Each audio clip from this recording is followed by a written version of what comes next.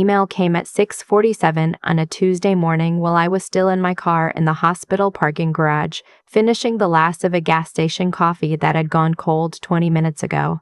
Effective immediately, your access to Hargrove Family Holdings has been revoked.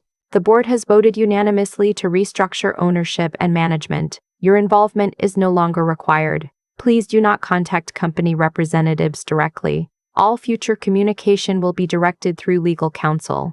My stepfather had signed it, so had my mother. I read it twice. Then I put my phone face down on the passenger seat and sat there for a moment, watching the garage fluorescents buzz and flicker above me. A coworker walked past, waved. I waved back.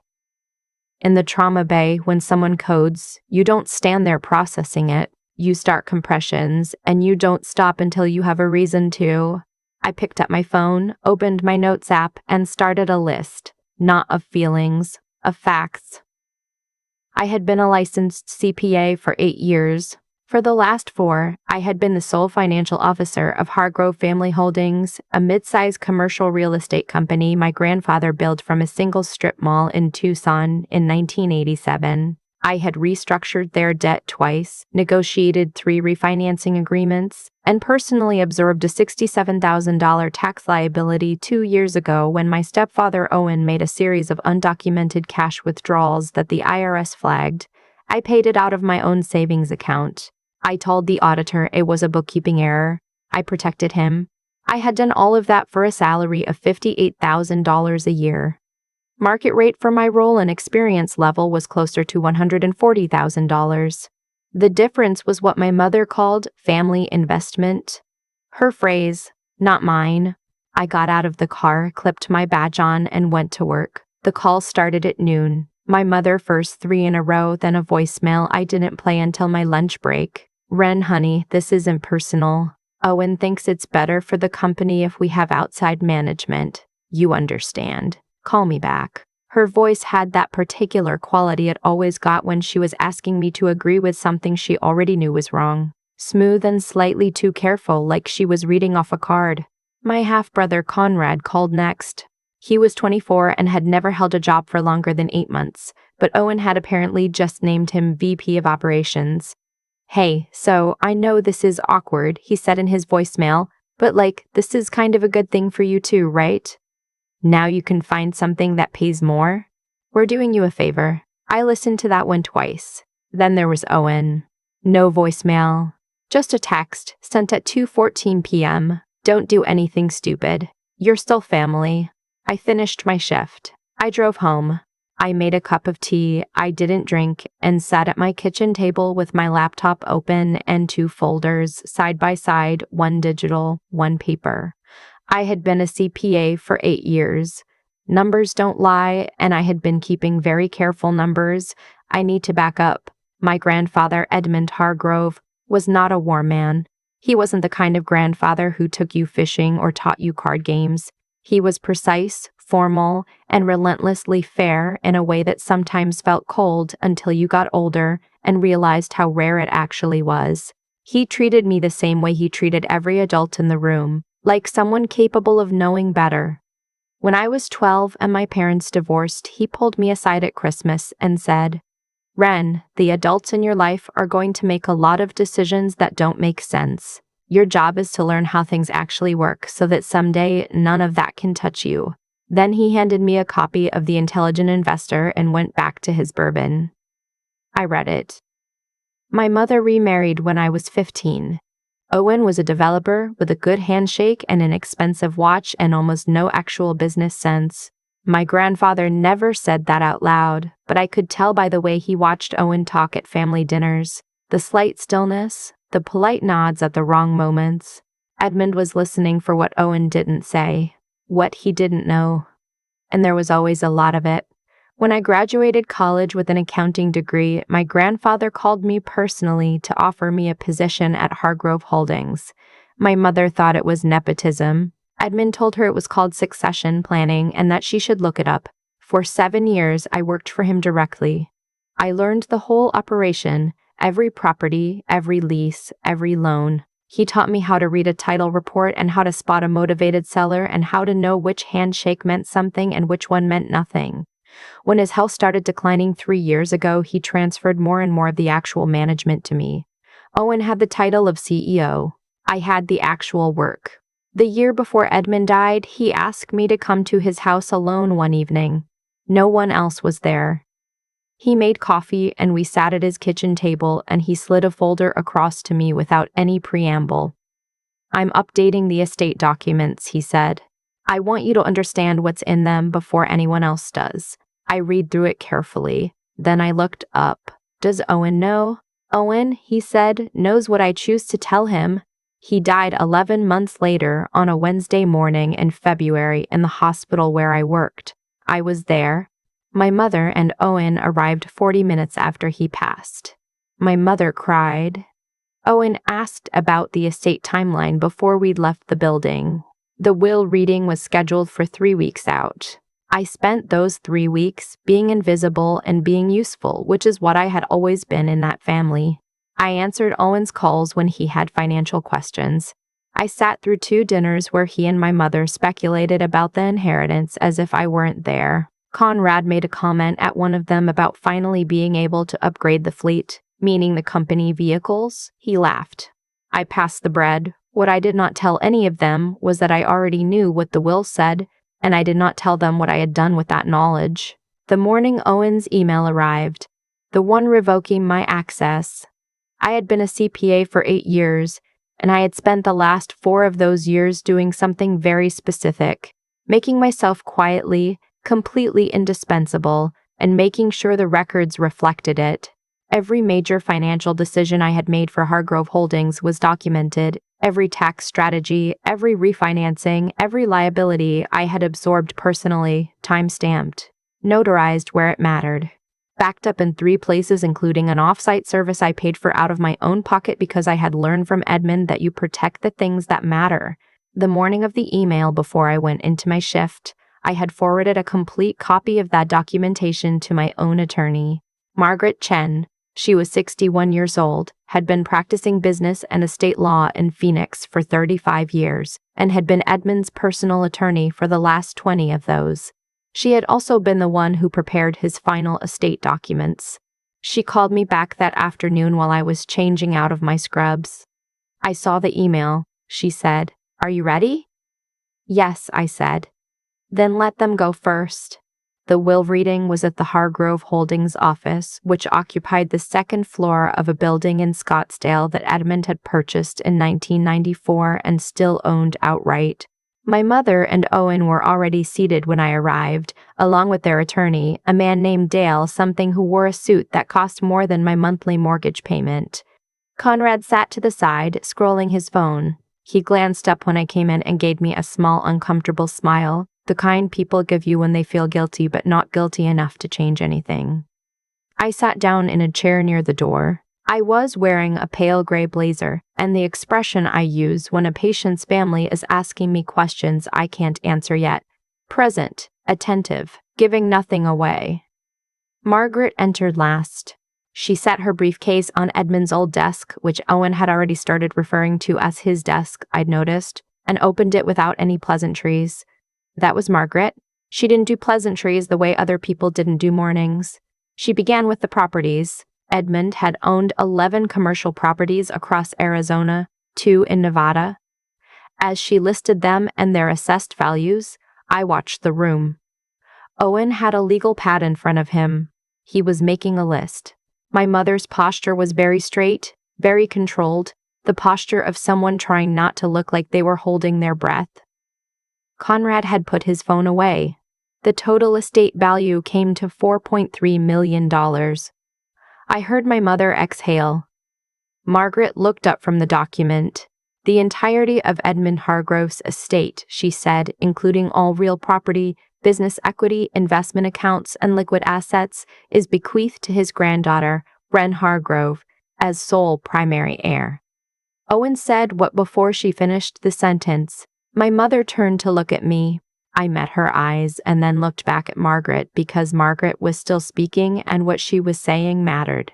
In addition, Margaret continued, a secondary provision in the will stipulates that any direct challenge to this bequest, whether through legal contest, claims of incapacity, or attempts to establish emergency control or conservatorship, will result in the immediate forfeiture of the contesting party's designated secondary bequest, which was set at $90,000 each for Owen Caldwell and Conrad Caldwell. She paused. To be clear, if either of you contest this will or attempt to claim incapacity or mismanagement on the part of the primary heir, you forfeit your own bequest. Owen stood up. This is insane.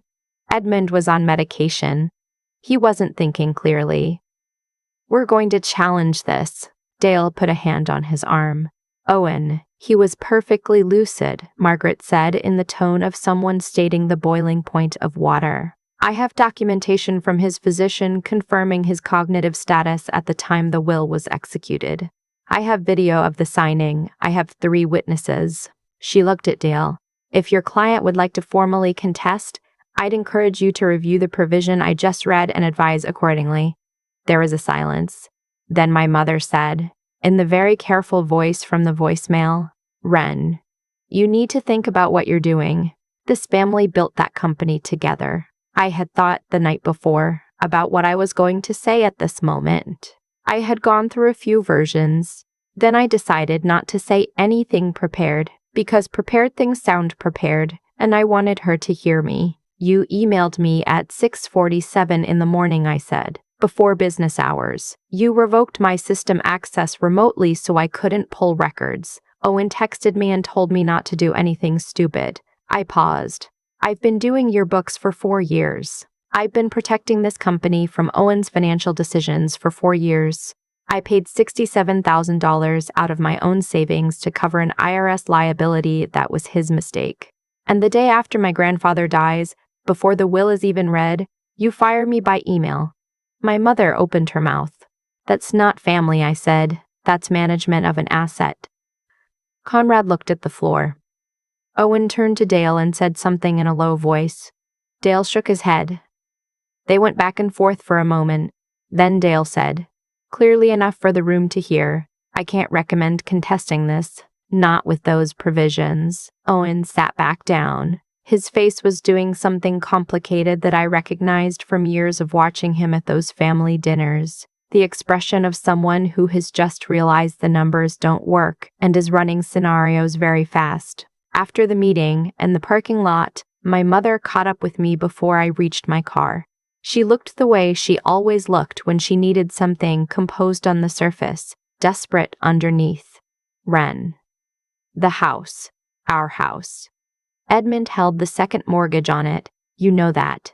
I didn't know that. The house my mother and Owen lived in was a 4-bedroom in Paradise Valley that they bought in 2019 using a private loan from Edmund, who held the note because no conventional lender would approve Owen's debt-to-income ratio at the time. They had been paying it irregularly and never on time for 5 years. Yes, I said. So what happens to it? The note transfers to me as part of the estate, I said. If you'd like to discuss payment terms, you can contact my attorney's office and schedule an appointment. She stared at me. I'm not your enemy, I said, and I meant it, which made it harder to say. But I'm not your bank either. I haven't been for a long time. I got in my car. The months that followed were the most complicated of my life and also the most clarifying. Inheriting a commercial real estate portfolio at 32, while working full-time as a trauma nurse, is not simple. Margaret and I spent a lot of hours in her conference room. I hired a property management company. I brought in an outside CPA firm to audit 4 years of books, not because I didn't know what was there, but because I needed documentation. I hadn't prepared myself. The audit found $218,000 in undocumented distributions Owen had taken from the business over 3 years, recorded as miscellaneous operating expenses. I did not file a complaint. I could have. Margaret thought I should. Instead, I sent Owen a single letter, through legal counsel, with the audit findings attached and a very short message. These amounts will be deducted from your secondary bequest.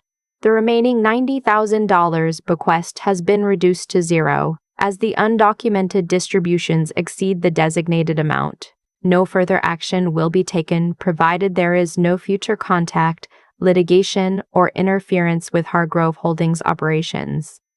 Dale called Margaret the next week to confirm they understood. Conrad called me directly, which surprised me. He'd left the family house 2 months earlier, apparently after a fight with Owen that had nothing to do with me. He sounded different on the phone. Less practiced, less performing. He apologized for the VP of Operations comment. I accepted it because it cost him something to make it and because Edmund would have. I kept the Hargrove Holdings name. I thought about changing it, but it was his name and he had built it, and I wasn't going to erase that just because other people had tried to use it against me. The second mortgage on my mother's house, I restructured the terms, extended the repayment period, lowered the monthly amount to something they could actually manage. I didn't do it for Owen. I didn't call my I put my phone down, puts my mother on the street, and because Edmund had once told me that how you use power is the only thing that actually defines you. On the first night I worked late at the Hargrove Holdings office, going through the filing cabinets in Edmund's old space, I found a folder in the very back of the bottom drawer. Inside was a single piece of paper, a handwritten note on his personal letterhead, dated about 8 months before he died. Wren. If you're reading this, it means the other thing worked. Don't be too hard on them. They're afraid, but don't let them back in either. You know the difference. There was a paperclip attached to the note. No second page. Just the paperclip holding nothing. I sat with that for a while. Then I put it in the front of the file drawer where I could see it. The thing about being raised by people who teach you that you're not quite enough is that it takes a long time to unlearn. It happens in increments. The first time you negotiate a contract and realize you knew exactly what you were doing. The first time someone tries to intimidate you and your heart rate doesn't change. The first time you sit in a room where people have underestimated you for years and you understand, completely and without anger, that their miscalculation was always their problem, not yours. Edmund used to say that the most valuable thing in any negotiation is information the other party doesn't know you have. He was talking about real estate. He was also talking about everything else. I knew what was in that will for 11 months. I never told anyone.